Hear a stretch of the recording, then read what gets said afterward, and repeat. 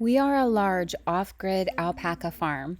Our herd size is currently just over 60, and we are a husband and wife team, Dave and Nicole Wigman, which means our days usually begin and end with animal care. Here is a newborn alpaca born just a few days before this, and part of the newborn care is that he gets his temperature and his weight every single morning. This helps us to know that our newborn babies are healthy and on track.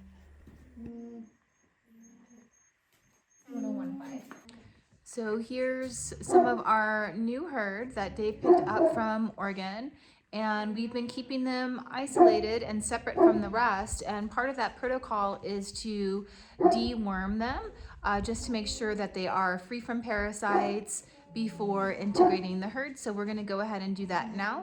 We give a little bit of medicine in their mouth, make sure they swallow it down, and then that will cleanse them of parasites.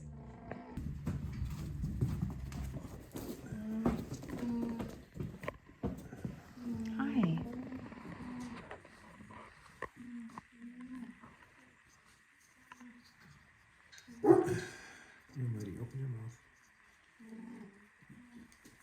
When we're working with a group of animals like this, usually we gather them in a small pen first.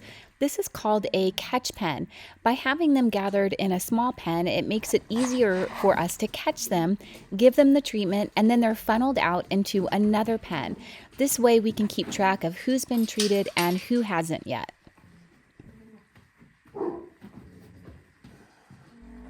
People often wonder, how do we make it living off the grid? How do we survive? Not like, do you have to hunt and forage for all your food, but how do you make money? Because let's face it, even if you live off the grid, you still need money to survive on planet Earth. So we make it by selling our alpacas. We love placing our alpacas with loving families and farms. Some farms we work with are just starting out and they feel called to raise alpacas like we do. So we help them get started.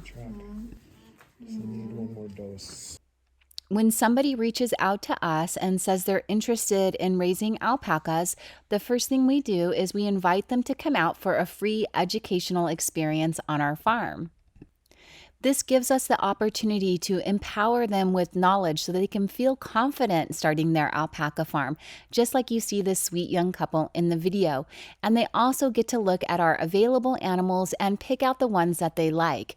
It's a great experience for both the clients and us, and we get a lot of fulfillment sharing the alpaca life with others.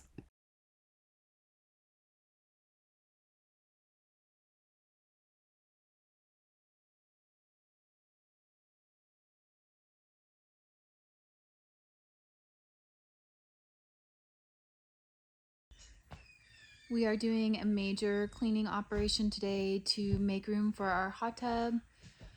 We plan on putting it right here, and you can see I have an abundance of fiber right there. I have fiber there, I have fiber there, I have fiber there, and up there, and in the container and in the carport. So we are definitely rich with fiber, but we want to be able to enjoy hot water as in the form of a hot tub in our space this winter because we're expecting a harsh winter. So we want to be able to enjoy the hot tub inside. What are you doing? Staring at you. Staring at me, staring at you? I guess.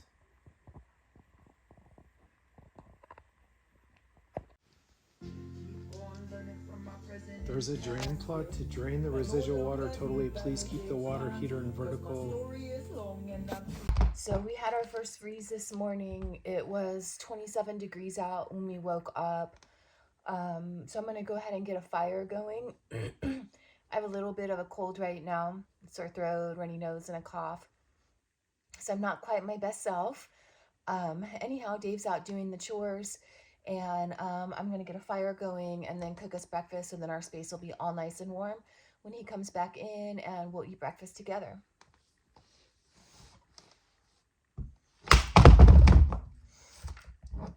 So I'm just cutting some kindling to get the fire going.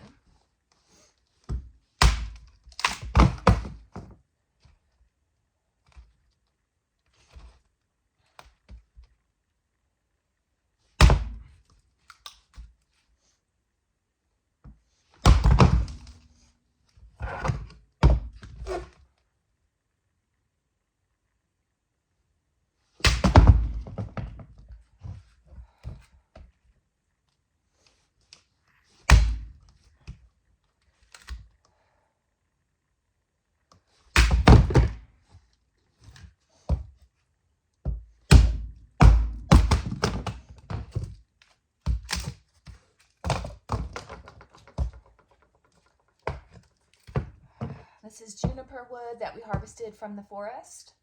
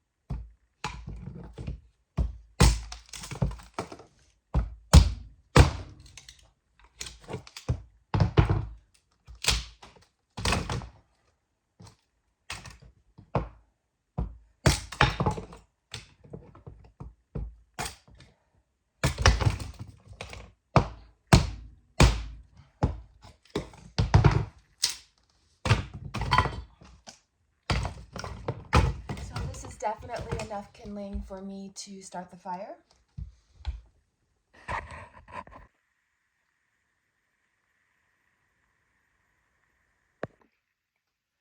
So now I'll show you how I start the fire. I usually start by just creating a little hollow area in the center of the wood stove in the ashes that are present.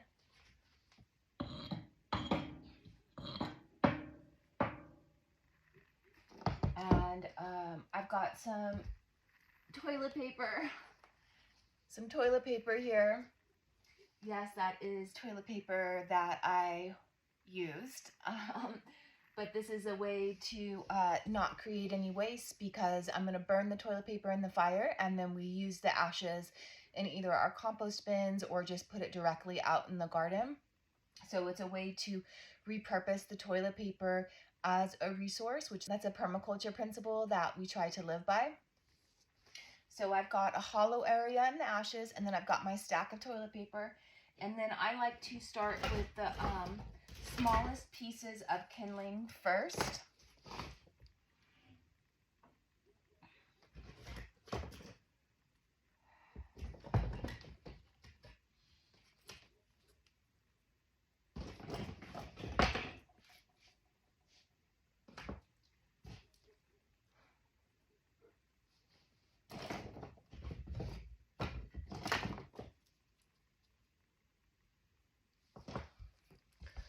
I'll move this a little bit closer so you can see.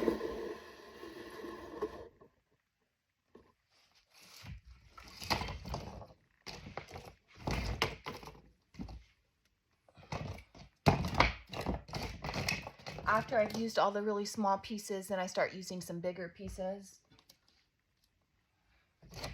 When you live off grid and you only rely on firewood to heat your space, you really learn some different techniques that just work best for you. And this is how I do it. It's a little bit different than how Dave does it, but he did teach me how to start fires.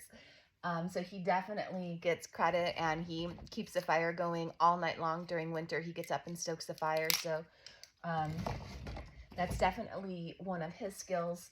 And he also harvests all of the firewood for us from the forest. So I'm going to go ahead and get this going now by lighting the toilet paper.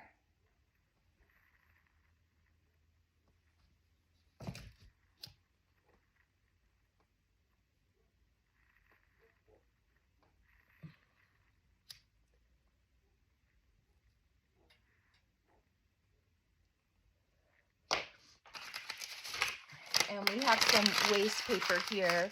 If I need more paper, I can use this. But we usually don't have a lot of paper to use. That's why it's good to repurpose the toilet paper. So you can see that that's, really working well, the toilet paper is.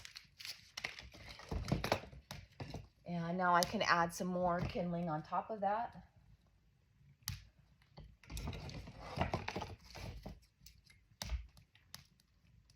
And again, I'm just kind of stacking it in a way that it allows air to flow through the wood, not smothering out the flame.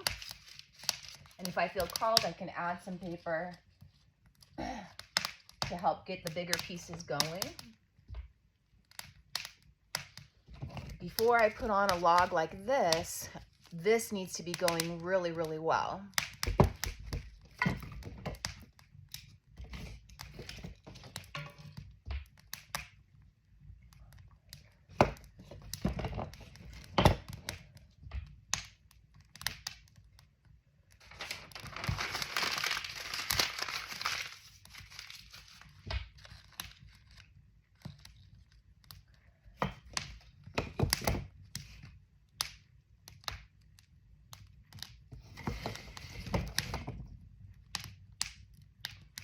The warmth feels so good, and it smells so good too.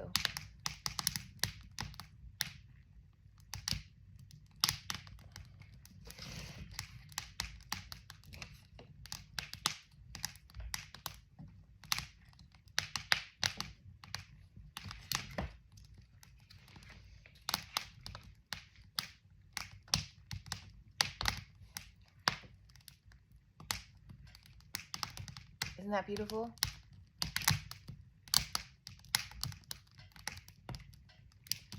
So I'll close this and I'll leave it cracked just a little bit, and I'll let it get going just for a few more minutes here, and then I'll add some bigger pieces.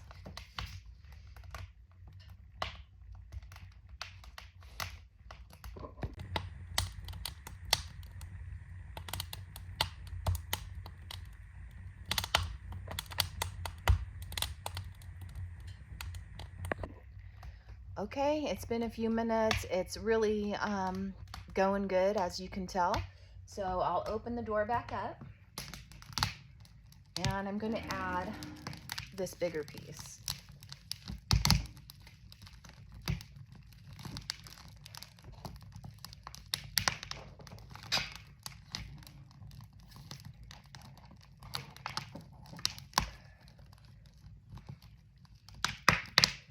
And I moved it around a little bit because I don't want it to smother out the flame. I still want some airflow to be allowed to move through the wood.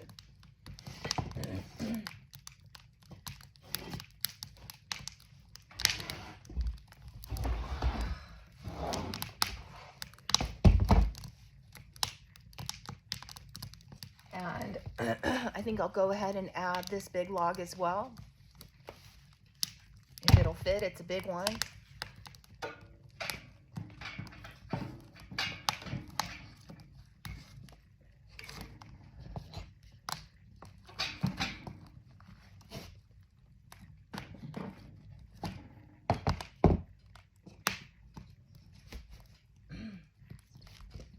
See what I mean about smothering out the flame? That can happen really easily depending how you place your logs.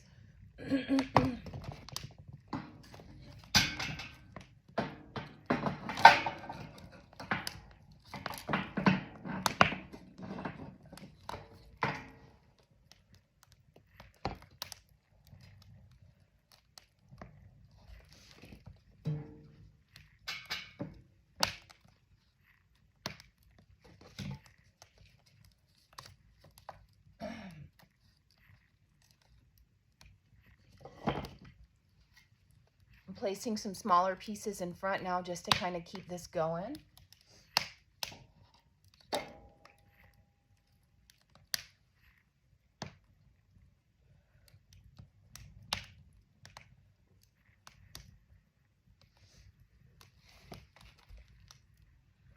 And that should do it.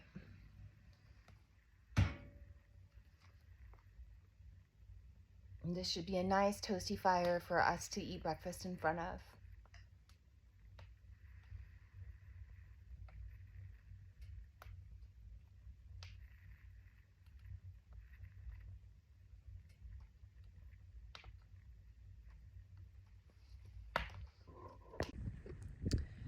Sadly, Tara just had another seizure.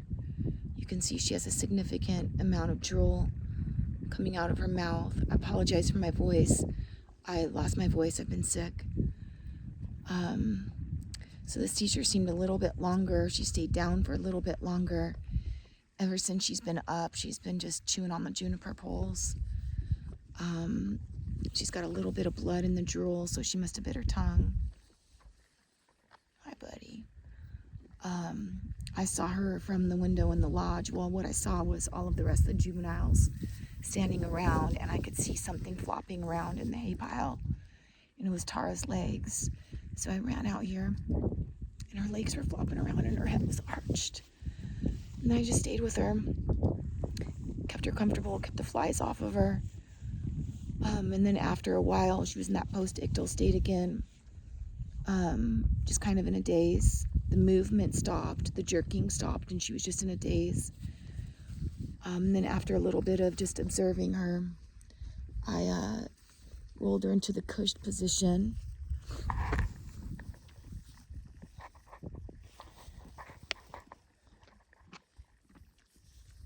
And after she was in the cushed position for a little bit, she stood up on her own.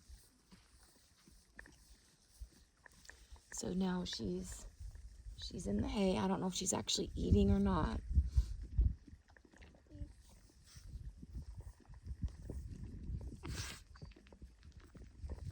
So it's been about 4 or 5 days of me not feeling good. I'm sure you can tell that this is not my regular voice.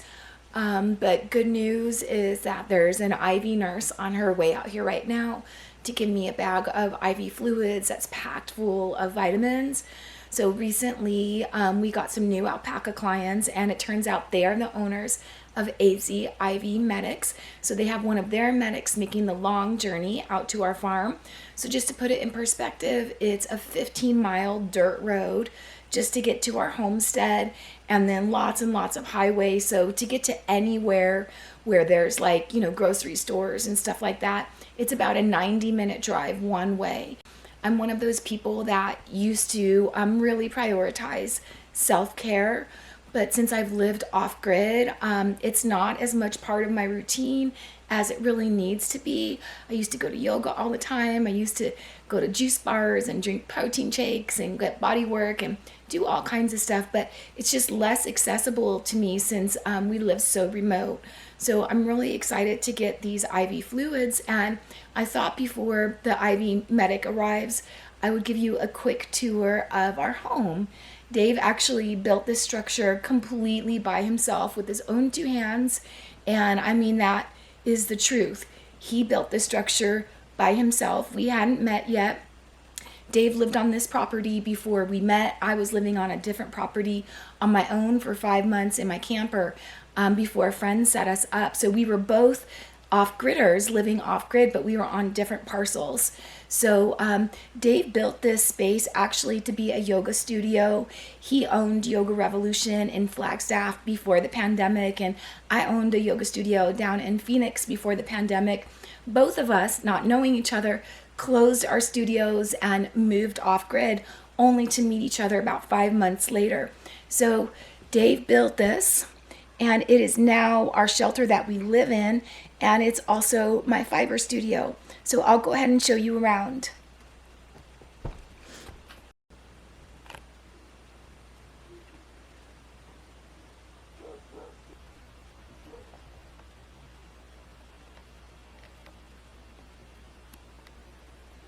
Here is some of the art that I've made.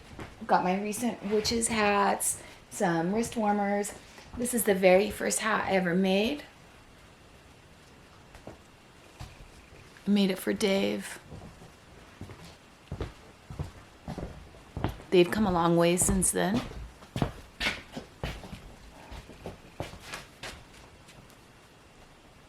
do wear this. I do like it. He looks really good in it, doesn't he? For sure. I always do. Here's the witch's hat I made for my daughter. It's not done yet. It still needs some finishing details.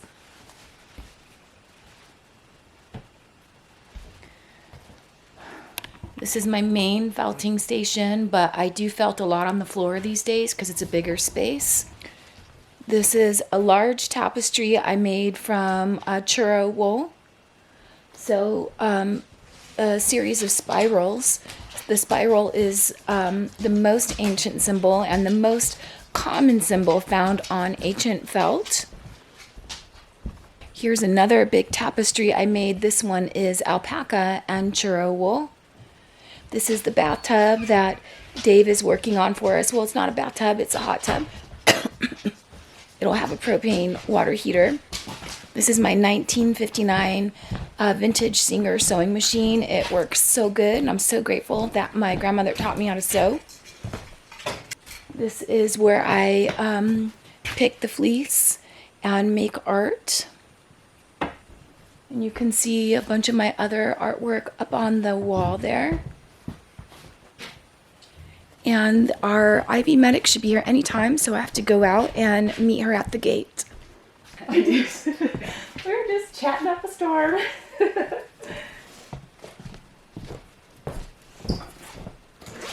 haven't even met many people out here. So we haven't even met many people out here. Yeah, I asked her, did you know you have an alpaca farm past you? And she said, yeah, we've heard of it. Little poke. That one almost. Oh, there we go. We're in. Perfect. Super easy. I've often thought I could probably just stick myself. I stick myself all the time. But not with, sorry, my hands are so shaky today because I had a little too much coffee this morning. It's okay. Before I knew I was going to be doing any IVs Going on a today. journey. All right, so we'll just put this cover on it. So add-ins are 27. So like I saw on the website it was $200 for a Myers. And then so it would be $27 on top of the $200 for the Yeah. Decadron, or the, what did you call it? So it'd be 227. Yeah, it's Decadron. That's probably the only medication I'd recommend. Yeah, Do you like working for AZIV Medics? I love it. It's the best job I've ever had. Oh, that's sweet. Absolutely love it. And the company treats us really well. After getting a Myers cocktail with Decadron, my voice actually came immediately back. I felt back to my regular self and was able to get back to caring for the animals. Our IV nurse was really sweet and caring.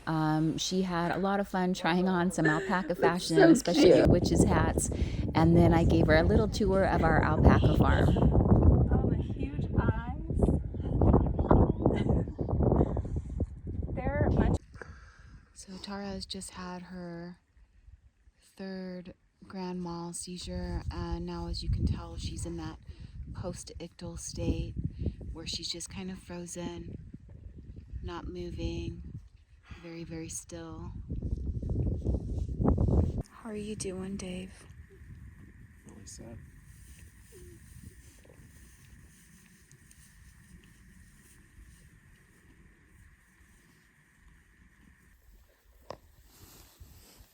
There she goes, there she goes. So let her stay cushed, let her stay cushed.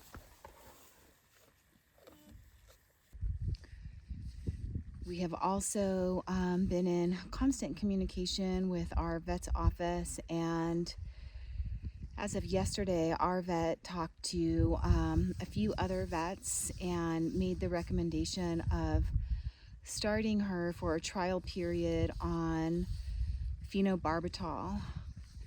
So they do not carry phenobarbital though, so we have to order it online and wait for it to come back. And today I just spoke to our mentor about it to see if she ever knew of any alpacas being treated for seizures with phenobarbital. And she has on other people's farm and thinks that it could be part of comfort care for her to try to maintain a quality of life. So we are going to order that and trial that. But it's also important to mention that in our area, most of the vets are not familiar with alpacas. So they are learning, we are learning. It's a big learning journey for everybody because alpacas have only been in the US since the 1980s. So unless you live in an area that is heavily populated with alpacas, then you might have some vets in that area that are more familiar with them than in our area in Arizona. So it seems that after this last seizure, which this is seizure number 3, she's not able to stand. Her front legs are staying contracted at the joint there where it's bent. I watched her try to stand on her own, and she tried and tried to get up, and those legs would not unbend. So Dave came in and helped me, and we tried to stand her, and I tried to straighten her legs, but they are contracted. So I'm not really sure what that means, if maybe that will get better with a little bit of time, or if that's some type of stroke-like thing. You know, sometimes with stroke survivors, they will end up with some type of contracted joint. So we're just gonna have to see.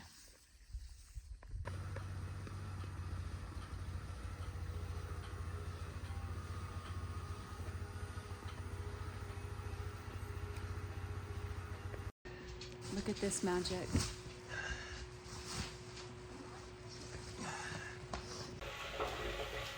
First soak in our indoor hot tub. Absolutely the best medicine ever.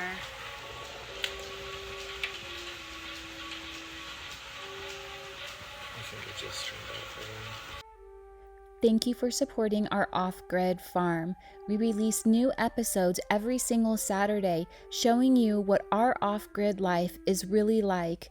Thank you so much for all of the prayers and love for Tara. We will update you next Saturday. Take care.